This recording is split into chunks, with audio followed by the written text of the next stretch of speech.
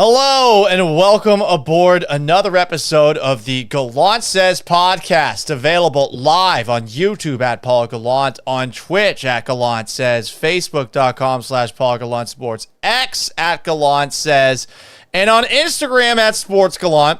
Also available wherever you get your podcasts, Apple Podcasts and Spotify. It is again Monday, November 11th, 2024. Nope. That was not some sick dream last night. The Houston Texans did indeed lose to the Detroit Lions in a game where they had a 23-7 lead, and Jared Goff threw 5 interceptions. I know. There's something that I noticed this afternoon after going through all of the things that were said by Houston Texans players that concerns me. We'll get into that, plus react to everything that was said by the Texans after the loss, including some conversations by both C.J. Stroud and DeMeco Ryans about C.J. Stroud's struggles. And you've also got some questions about play calling duties at offensive coordinator. Let's get into all of it. Hit it. A radio show host in Seattle called Paul Gallant. You are definitely living in the hindsight world today, Paul. Do you feel there's been a consistent theme with the interceptions? I think every interception really has a different story. I was just kind of curious what Paul gets to see. You grow, mother. Are you kidding me? Paul Gallant, what the hell is wrong with you?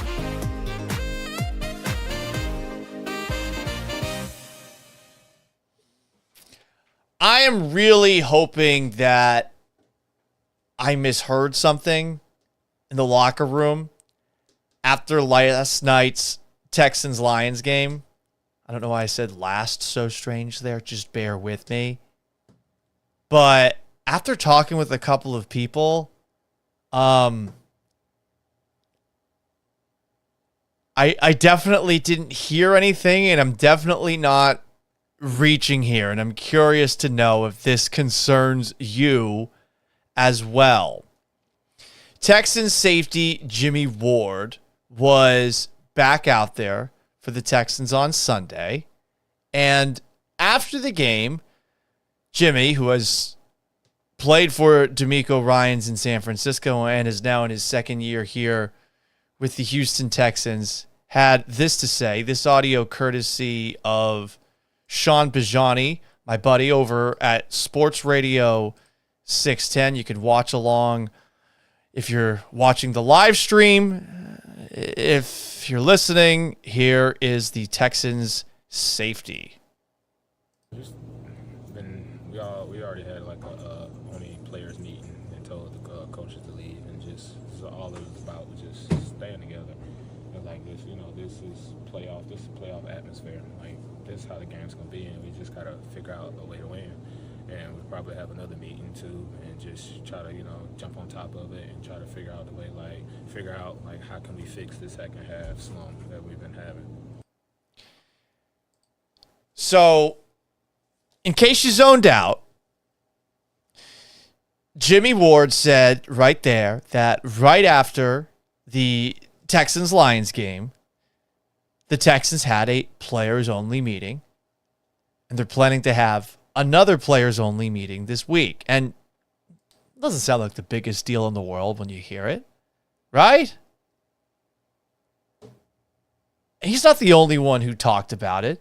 We also heard about it from Texans running back Joe Mixon, who said this after the game.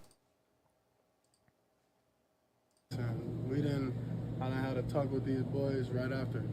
You know what I'm saying? I feel like it's on all the leaders, all the captains, it's on all the guys in here to be able to uplift your brother, in times like this. It's adversity. And Joe said, I've had a talk with these boys right after. So Joe Mixon, who was just made captain this week, is acknowledging the same thing as Jimmy Ward. Is it the biggest steal? At first glance, it doesn't seem like one, but this is where it gets a little tricky.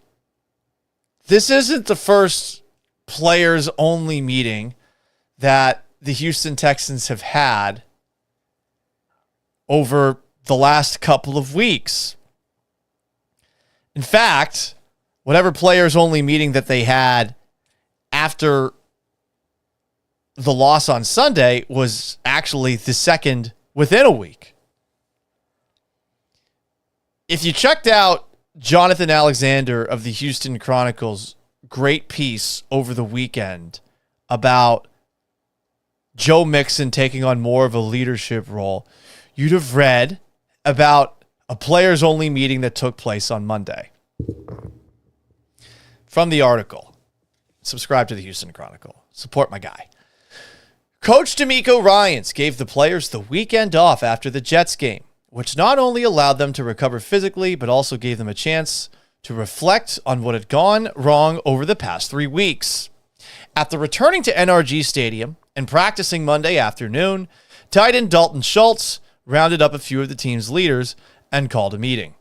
The meeting included C.J. Stroud, Schultz, safety Jalen Petrie, edge rusher Will Anderson Jr., linebacker Azeez Al-Shaair, safety Jimmy Ward, left tackle Laramie Tunsil, running back Joe Mixon, and others.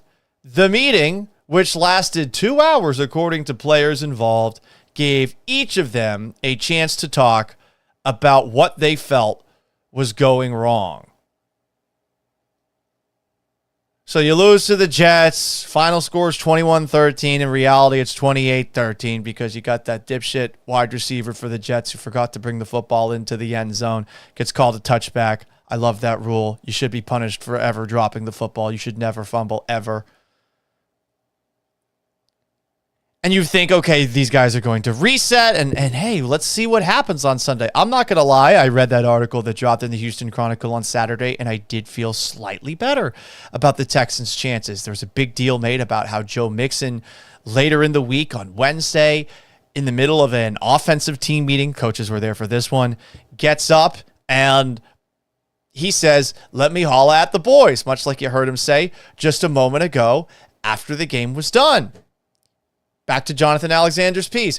Mixon said he didn't plan what he was going to say. If it's real, it comes from the heart. True, 3 minutes or less. That's my advice. Mixon said his message to his teammates was to understand the opportunity they have in front of them and not let it go to waste.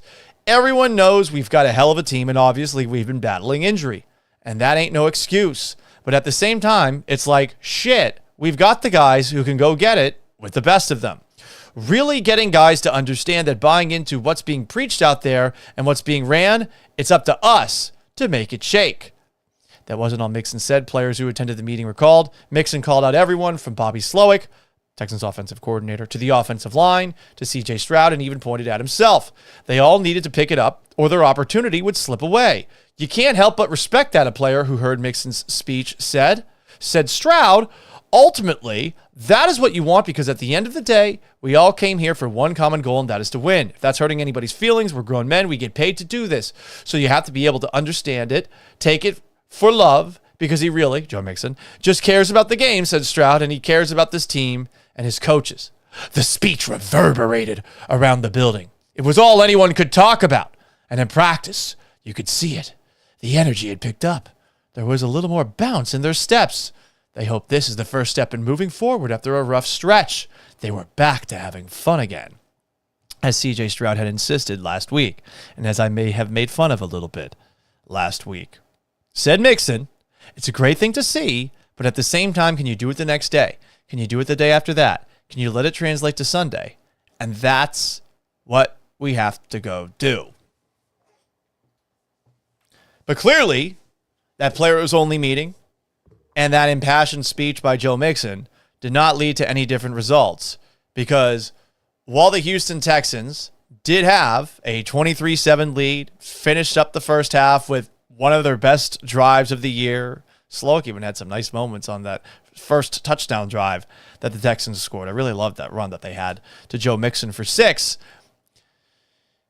It didn't work because the second half, the same shit happened that has been happening every single game this year. It's the same thing. every week. And after the game, you're hearing that, once again, the players are calling a players-only meeting.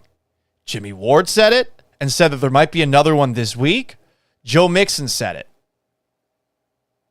Now, maybe they were talking about that meeting that took place last Monday. I do want to give the possibility of that.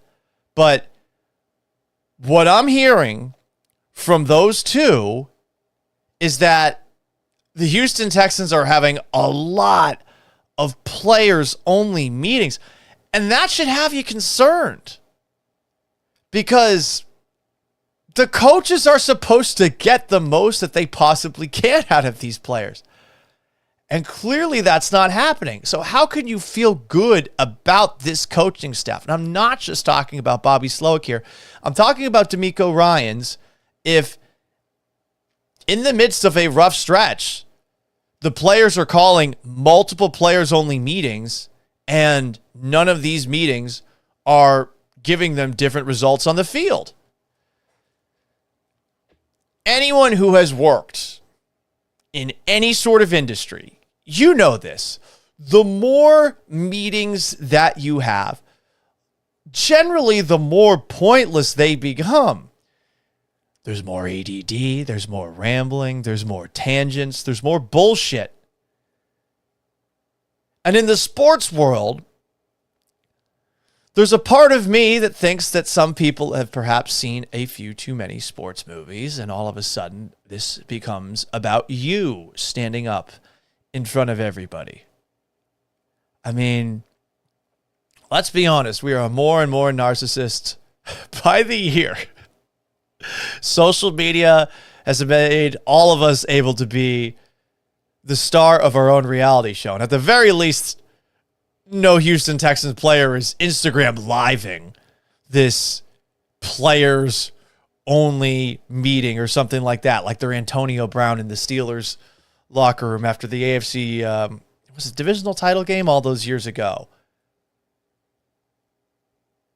But you're having more and more and more of these. It seems like you're kind of taking the coaching staff out. And, I mean, eventually the speeches get tiresome.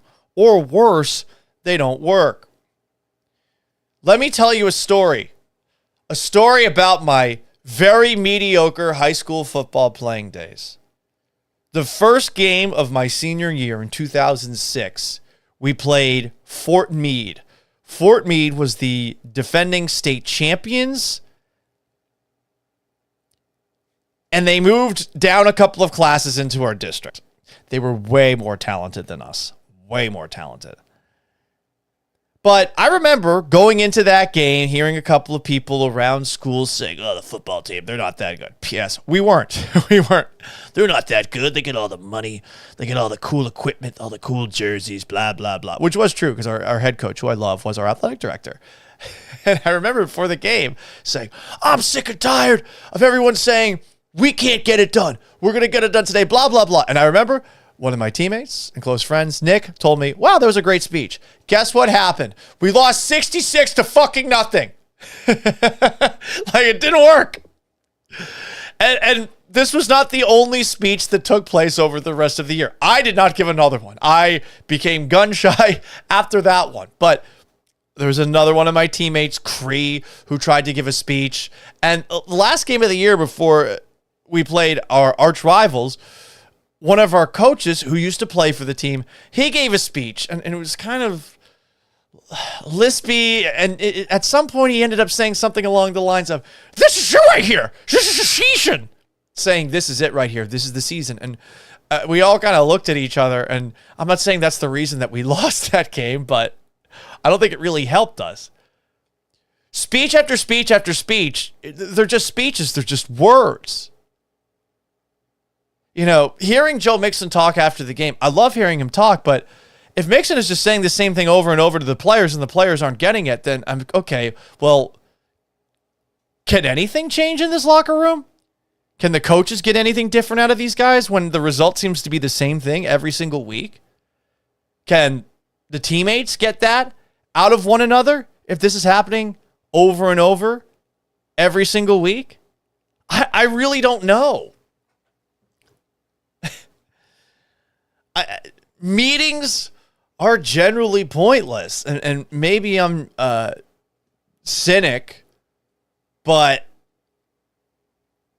I can't remember very many important meetings I've had over the course of my life, especially in the industry I'm now in.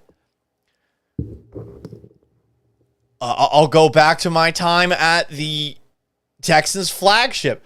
The amount of meetings that I would have after shows, after a certain boss came in, over analyzing every fucking conversation that we had, I don't think it helped us at all. I think it made us overthink things.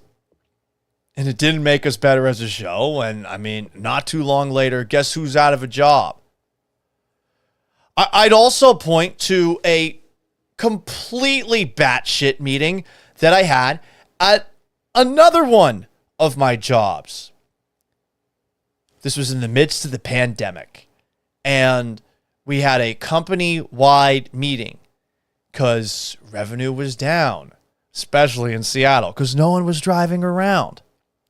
And this meeting, which was run by corporate, oh my God, it was so cringe.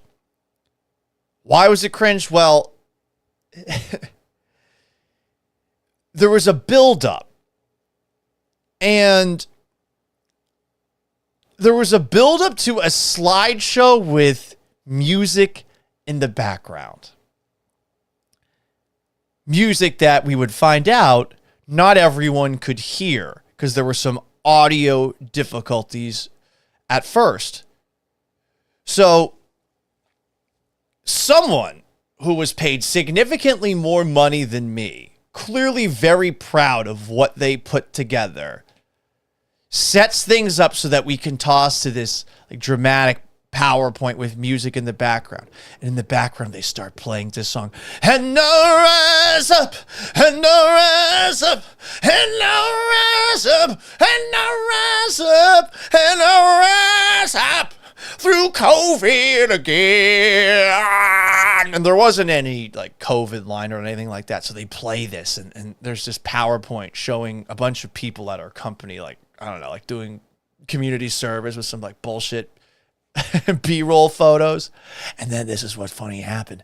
They had to pause the slideshow in the middle of it because the audio couldn't be heard by everybody. So they started the same fucking slideshow once again. And we're all trying not to laugh. And now rise up, and now rise up, and now rise up, and now rise up. Like they're just playing that. And we're wondering, why the fuck are we here? Like we have no control over the situation. Basically, we just needed the crazy-ass governor of Seattle, or of Washington, basically run by Seattle, to open up all the fucking restrictions and bring the state back to the real world. That's how we would make more money. Guess what? That never happened. So, again, shit happened. Whatever. All I'm saying is, meetings, the more that you have them, the less effective they get, and all of a sudden the Texans are having a ton of players-only meetings. I'm just saying, to me, that is a little bit concerning. And it makes me wonder about the coaching staff. Is there a disconnect between the head coach and the players?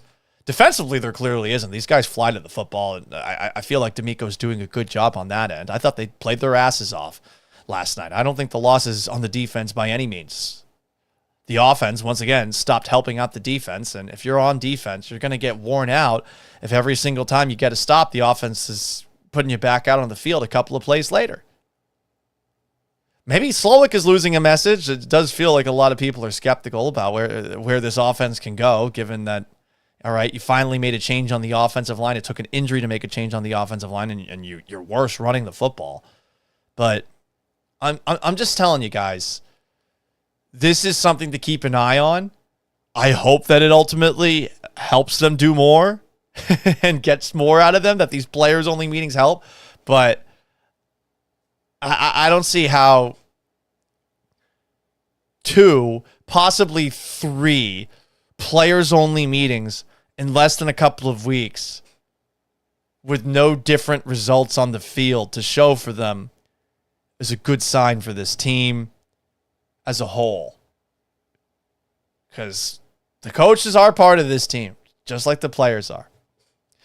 Let's read some comments here before we react to some of the other things that were said after last night's Texans loss to the Detroit Lions. BVB09 says, Slowick's gone next year. DeMeco Ryans is gone in 2 years. I think that's a bit of an overreaction, at least when it comes to DeMeco. I think DeMeco will be here for a while. But Bobby Slowick is, I think, certainly in rough shape right now. And I understand that there's been a lot of things for this Texans offense to overcome. Stephon Diggs being out for a while. Nico Collins being out for a while. You're the offensive coordinator. If the left guard that you have simply isn't good, you can't make miracles happen. Clearly, Kenyon Green is at the very least decent at run blocking. But as a pass protector, he's a disaster. I'm wondering about him, but I don't think any changes are going to be made in the rest of the way. PS5 Franchise Gaming with Friends says, I sure hope CJ's out of the advice-giving business because, yeah. Well, he advised them to have fun. Fun's fun. I don't know if it makes things better on the field. Ryan Lauderdale says, someone watched Remember the Titans too many times. Yeah, there's a lot of sports movies, and they all have a speech, and it's funny. I want to see a sports movie where the speech is an absolute fucking disaster, and the whole team's like, this is not working out. Nicholas Melcher says, at this point, CJ sounds delusional. Same guy said that this offense was a 5-headed monster. I mean, on paper, it was. They've had moments where they've looked good. Brandon Halem says, move Gerard Johnson to offensive coordinator, make Case Keenum the quarterback coach. That might be a next year move. Ever Alvarado on X says, hey, Paul, what's going on, Ever? On Instagram, at Space City Multi-Services tells at Sports Gallant, I put my remaining season ticket games all for sale. Yesterday did it for me. Damn, dog. That's it? All right. Ryan says further, I think if the Texans lay an egg next week against the Cowboys, some changes would have to be made. Chris the Rebel, the Texans will beat the Cowboys next Monday. Mixon will have big games. CJ will have big games. Well, I don't think having a big game against the Cowboys is going to change anything. And I agree with you, Ryan. If the Texans play poorly against the Cowboys, something I would imagine would have to change. Because if they continue to have this stretch, at what point is it going to stop? Brandon Hallam says, Stroud pressed the PlayStation button wrong and accidentally threw a lob pass instead of a bullet. Yeah, probably talk about that interception in the end zone. All right, let's talk about some of the other things that were said by the Texans after last night's game. If you watched my live stream early this morning, or if you watched my radio show with Joe George, you'd know that I believe that this loss is more on C.J. Stroud than on anybody on the Houston Texans. I feel that he is all of a sudden missing open receivers. He is making careless throws, and while he's still making some plays, like that 3rd and 16 throw that he had to John Mechie, where he steps up to the line of scrimmage and throws it at the last second. He had a couple of beautiful throws in tight windows, the touchdown pass to John Mechie, another one over the middle. But the inconsistency is becoming a problem, and the numbers even back it up now. Since week 6, CJ Stroud is 30th in passer rating, 72.7. That's behind Mason Rudolph and Daniel Jones. He's completing only 53.7% of his passes. That Jets game certainly affecting him a lot. No quarterback has been sacked more, so you can blame the offensive line on this a little bit. 18 sacks, but he does have to get the ball out a little more quickly from time to time. No second-half touchdowns since that Patriots game in Week 6. 82 second-half points through 10 games this year. 27 were in Foxborough. 15 since then. Stroud has, by the way, run 50 plays on 3rd and 10-plus situations this year. No one else is above 37. I think Deshaun Watson's second place with 37. So at the very least, for a while, maybe the Browns were outpacing the Texans with the third and long situations, but yikes. So the numbers are clear. He's not doing so well. So what does he have to say about those struggles? This is a question that was asked of Texans head coach DeMeco Ryans by Big Sarge Sports after last night's game. CJ was off in the second half. He started out, he threw an interception, and then, they played. He threw another interception in the red zone. What was it about his second half rhythm that didn't match the first half rhythm? It's not good enough turning the football over there, especially red zone or coming out. We talk about getting started in the second half, and we talked about being better in the second half, but to come out and turn the ball over the first play of the second half and to get in the red zone where we have points and to turn the ball over, that's not winning football. Yeah, he's right. That's a very tame answer, too. It's not winning football. Interception the first play of the second half when the second half has been a disaster for you. Interception in the end zone. Missing Dalton Schultz on a post route on the last drive of the game that would have probably gone for 30, 40, 50 yards at least. Missing Dalton Schultz on that 3rd and 4 before they ultimately settled for the 58-yard field goal attempt by Kaimi Fairbairn and pushed it to the left.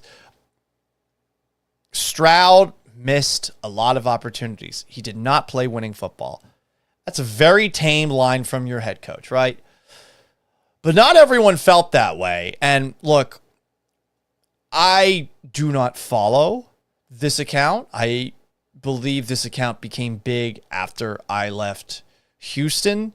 But this account played a little game of telephone after reading Cody Stoot's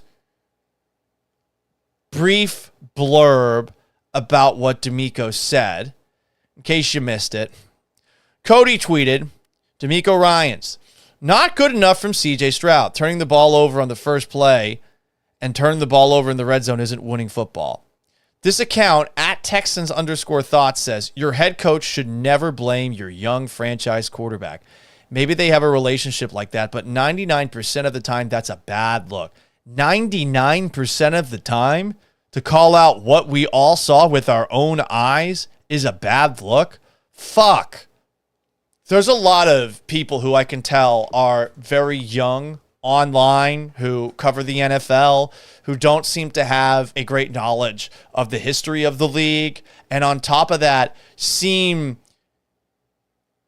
to have different rules for young quarterbacks than they do for the rest of the 53. If you listen to my show last week, I went on a rant about Benjamin Solak doing this, another one of those young pups who believes that you can't bench Anthony Richardson, even though he literally checked out of a play and can't hit the broadside of a fucking barn.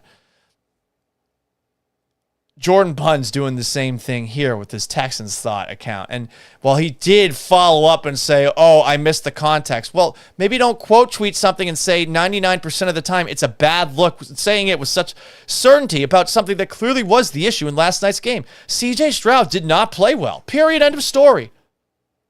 The coach is allowed to say that. Do we have to coddle all of these young quarterbacks? Oh, no, we can't bench him. He'll shit his pants and never be good again. Look at Bryce Young. He's looking pretty good after being benched. At least he did against the Giants yesterday morning. Caleb Williams, honestly, probably needs to go to the bench for a while. Dude is dying out there.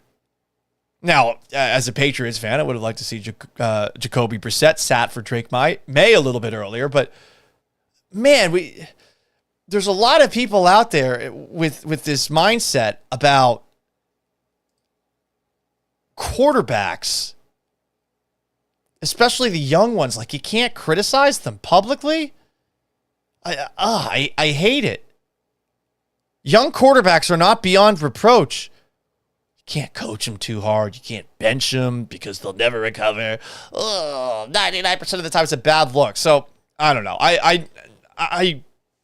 This person's Canadian. I guess he's a video growth manager at The Athletic. He had a YouTube channel called Texans Thoughts. The film Don't Lie. He hasn't posted on it in 2 years. And it's investigating film of like Davis Mills. Damian Pierce had the best preseason debut for the Texans. Analyzing preseason film. For fuck's sake, dude. There's so many people that are self-proclaimed film experts online. They all need to just fuck off, in my opinion. But whatever, some people like it. I'm a hater. It's an old man with a mustache.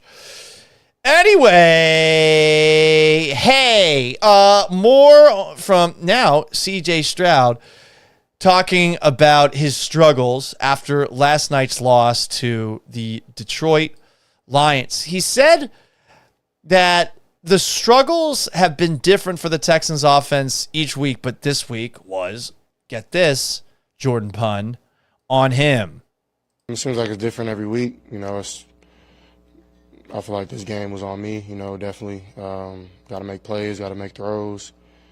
Can't turn the ball over and when we're in scoring position. So, yeah, I blame this on me. You know, I got to be better in those moments. So, yeah, it's really just you got to go down and score in the red zone. And defense is getting the turnovers like they were. So, you got to be able to, you know, reward them with points. And that's something we didn't do. So, you know, I feel like I'm the one to blame. Stroud said it's his fault.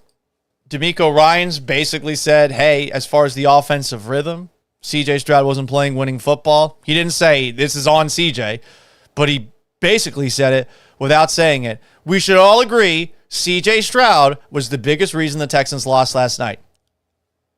Yes, the offensive line's got some major issues. Amazingly, they were better in pass protection, still allowing 4 sacks with Jarrett Patterson at center, Shaq Mason at left guard, but the run blocking not very good. Bobby Slowick had some good play calls in this game. He did, but still, what's happening over the course of a game where no adjustments happen and things get so flat in the second half? That is partly on him. But more than anything, CJ Stroud missing open guys, throwing dumb interceptions. That is why they lost last night. And it's a shame because a couple of those mistakes don't happen. He sees a couple of those guys who's open. I mean, we're feeling elated today. We're celebrating a win over one of the best teams in the NFL.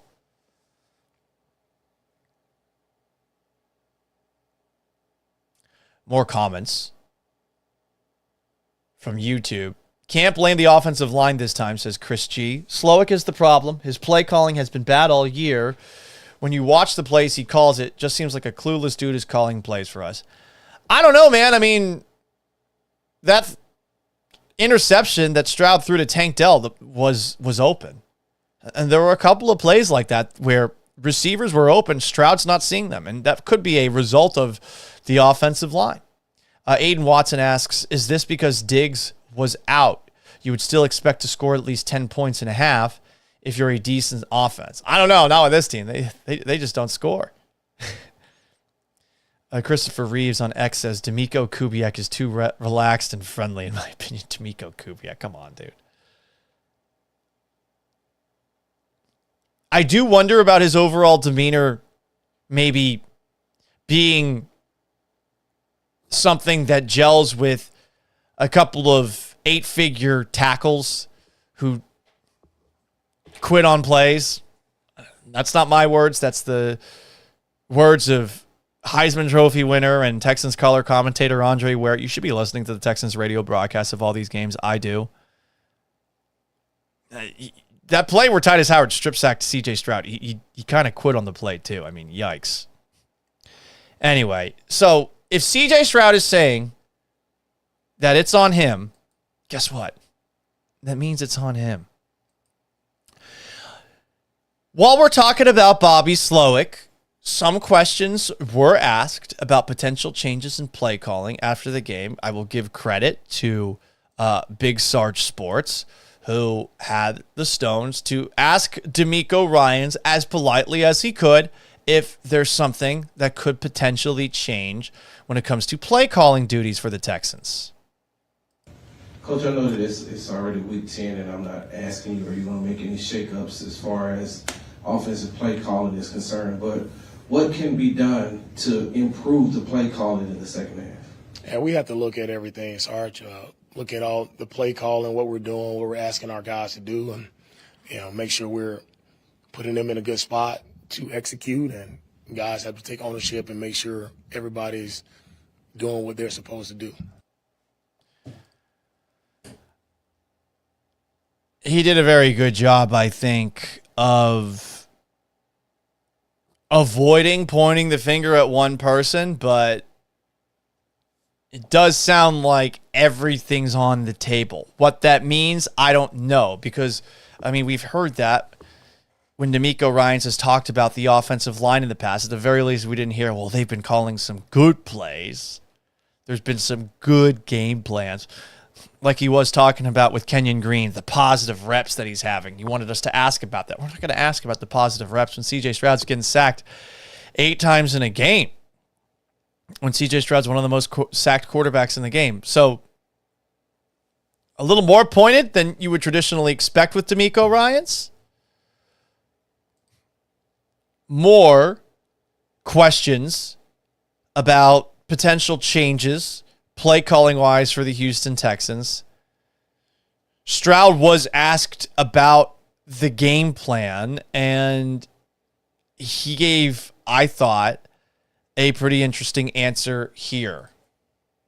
Thought it was good. At the end of the day, gotta execute plays, and that's my job to lead the offense to score points. And I didn't do that today, so we're not gonna point fingers or I pointed myself, and then 2, we gotta just move on from this and still understand we just took one of the best best NFL teams to the wire, but we really should have put them away after the first half. So, it's really on the offense. You got to be better. I got to be better. Thought it was good. He thought the game plan was good. I got to be better. We almost beat one of the best teams in the NFL. Don't say that. He didn't beat them, so it doesn't matter. You're not a young team on the rise like last season. You gotta win these games. You're up 23-7, and Jared Goff threw 5 fucking interceptions. So I'm glad that he answered it saying that, and I'm glad that he did point at himself, because I don't like to see quarterbacks throwing people under the bus, but I wonder what can be done to make this offense better, because it is getting to the point where if nothing is changing and you're just doing the same thing week in, week out, I can kind of see why the Texans players are deciding to have their own players-only meetings, like we talked about earlier in the show. So that's the game plan.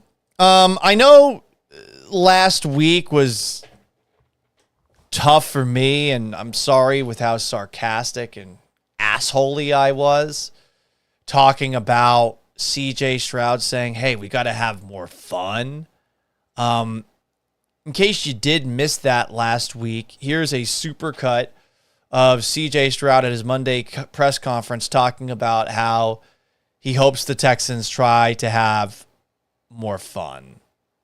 Getting back to having fun. I would say I just got to have more fun. We're back to having fun at practice and enjoying each other's company. And but ultimately, I believe it's just having fun and being joyful while doing it. It's an entertainment business, and we're called, to entertain, but you can also have fun while doing it. And, I think that's something that, as a team, we can do better, is just have more fun, celebrating and just being like, you have a smile on your face right now. Like, you're having fun while doing your job, so we can do the same, I'm not having fun while doing my job. I'm not having fun. I've been covering this team since about 2011. I have left family get-togethers like my sister's wedding to go back and work on the Texans post-game show after a game where they lost to the Rams 40-7. Like, I'm not having fun. I'm sitting up there. There's no alcohol in the press box. I'm just up there watching a 23-7 lead get blown and not even being fucking surprised. This is what I expect, right? This is what you expect. This is what they are. This is what this Texans franchise has been, I'm not having fun. There's no smile on my face. First half, there were a couple smiles. No smile on my face in the second half. and I was hoping that we wouldn't hear Stroud talk about fun again. After the game, unfortunately, he did bring it up when asked about the Texans keeping the energy up over the course of a game. It's all about what happens in between the lines. That's what fuels energy. So we're not executing. I mean, no one's going to be smiling ear to ear. So the more you execute, the more it's fun. And, it's something I think the more we execute, we can get, have more fun. Please stop saying that. Please. CJ, for the love of God, please. Stop fucking saying it's fun. Just stop. Just stop. Nothing is fun right now, okay? And I mean, last week, he's a man of faith. I have a great deal of respect for people who have faith. I wish I still had it myself. I'm not trying to dump on him, but saying like, yeah, I was reflecting and it just really came to me. Well, like Moses in the burning bushes, like I got to have fun on the football field. Not just while I'm on the field, but also while I'm on the sideline, the defense is out there. But the offense has to make things fun for the defense. And I mean, the offense just energy vampires in the third quarter. DeMeco Ryans said he doesn't want any energy vampires in his introductory press conference. That's what the Texans offense has been every single second half, it feels like, this year, outside of the game against the Patriots. Tora McJohnson says, I have a sex offender stash. Hey, I think honestly, if I didn't have the beard part going on, it would look a little more creepy.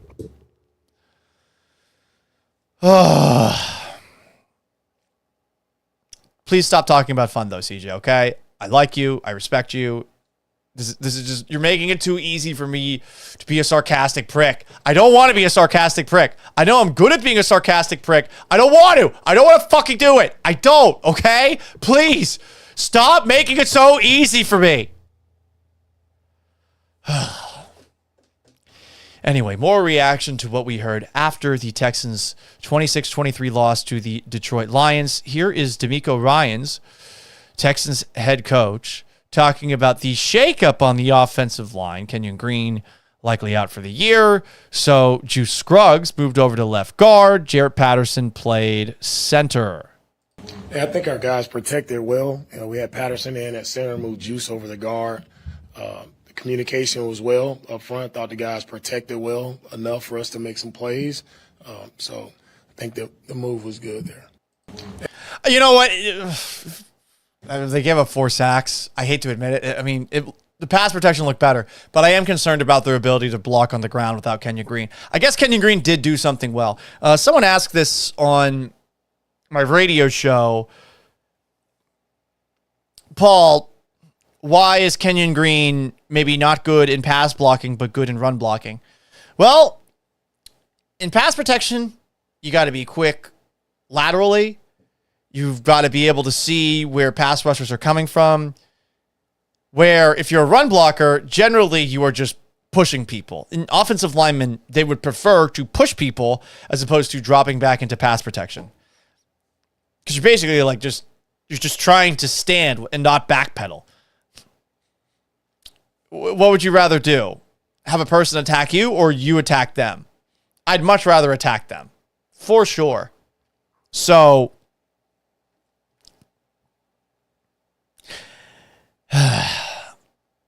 that's the difference for Kenyon Green. And the pass protection, even though they allowed 4 sacks, it was better. And that's why you keep on going back to CJ Stroud. And he's just too skittish out there right now.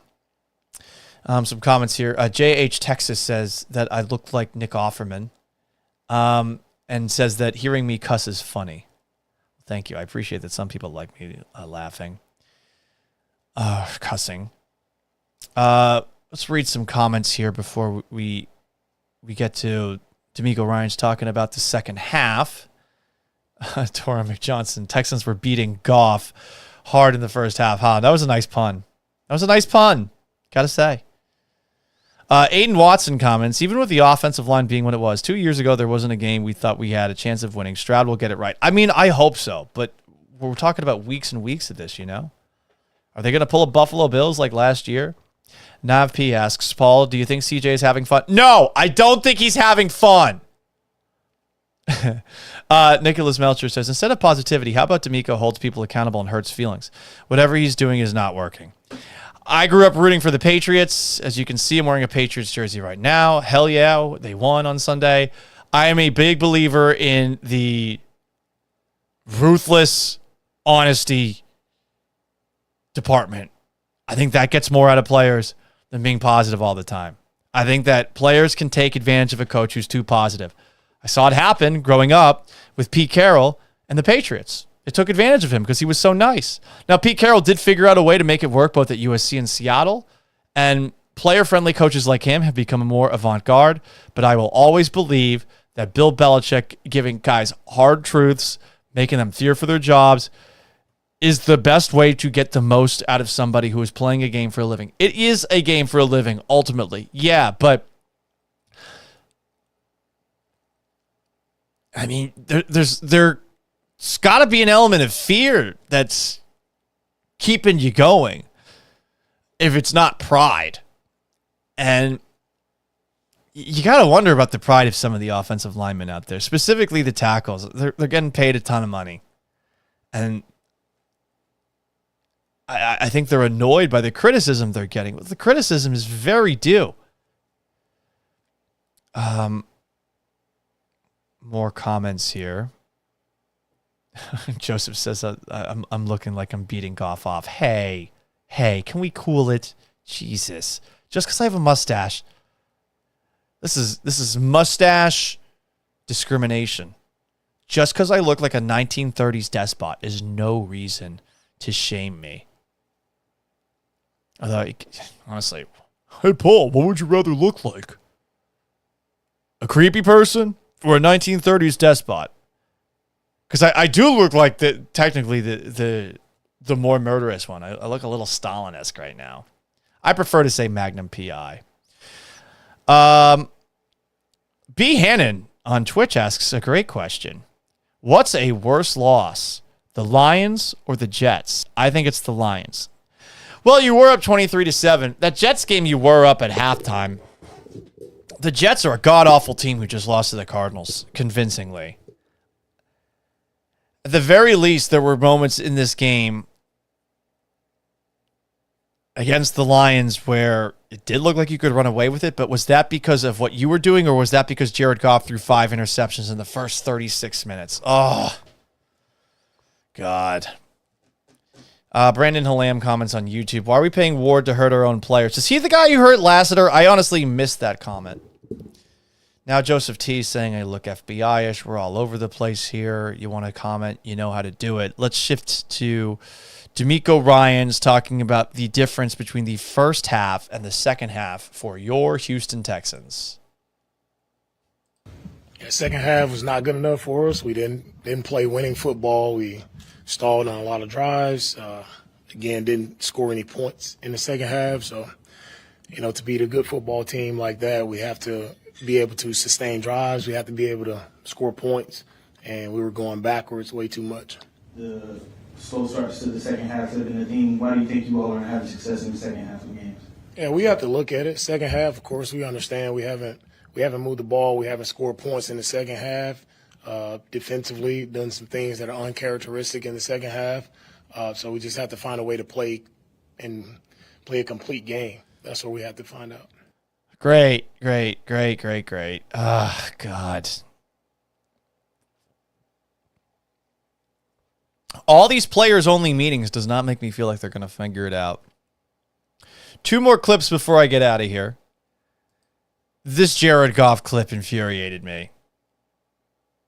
Jared Goff threw 5 interceptions in this game. He seems like a nice guy. I've enjoyed him when he does his interviews with Pardon My Take.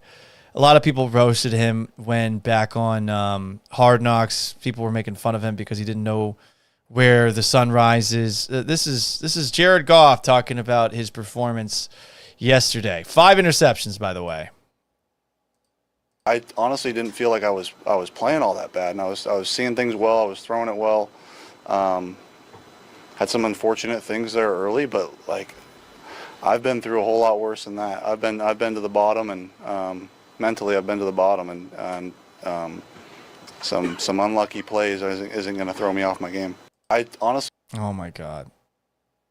I've been to the bottom. I honestly don't think I played that bad. This is like when baseball pitchers in spring training or in one of their first starts back from rehab are like, yeah, like I thought I threw it pretty good out there. They gave up like 6 fucking runs.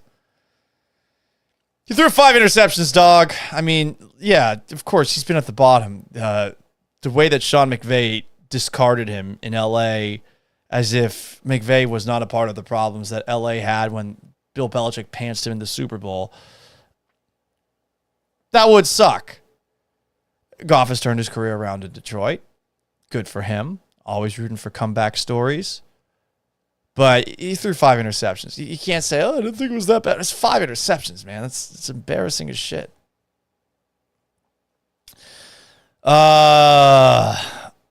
This is a funny comment from Sneakers Most Wanted. Texans seem like they're on a Zelda mission every week. But at least Zelda puzzles aren't that hard to solve, right? Like, a little hard to solve.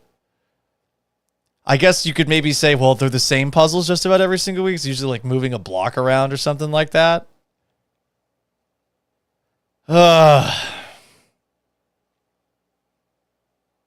BG says, yeah, that sounded like Justin Verlander, Jared Goff, for sure. All right, one last clip. Here's my question for you. Are you buying that Joe Mixon is not the only person feeling this confident about the Texans' ability to turn this thing around? Finish these games. We got to stop playing to lose. We got to stop playing to not lose. You know what I'm saying? And go play to win. You know what I'm saying? So I just feel like we got to just take initiative, own our work, and look each other in the mirror. It is what it is. I know you guys have all been big fans of John Mechie. What was it like? I really hope that the players only meeting isn't him just repeating that over and over again. But he said that he's very confident in this team and their ability to put it all together. And he's told it them in these players only meetings, and now he's telling it to us. This is some more of that clip. I mean, at the end of the day, that's a playoff atmosphere that we just, went through. When it comes down to it, I've been on both sides of the spectrum. I've been on the winning side. I've also been on the losing side. Today was just unfortunate. I was on the losing side. But when it comes down to it, that's what we're going to get. That's what we're going to see. And we got to put our best foot forward, going forward. And I honestly feel like we got all the guys in this locker room to be able to be what we want at the end of the year, which I highly feel like we will. It's that point in the middle of the season where, things happen and, it's no excuse. He got that captaincy. How many other people are going to be able to get these players to play differently? Can Stroud do it? Is there anybody else in there? Is it really all about Nico Collins comes back and this just fixes itself?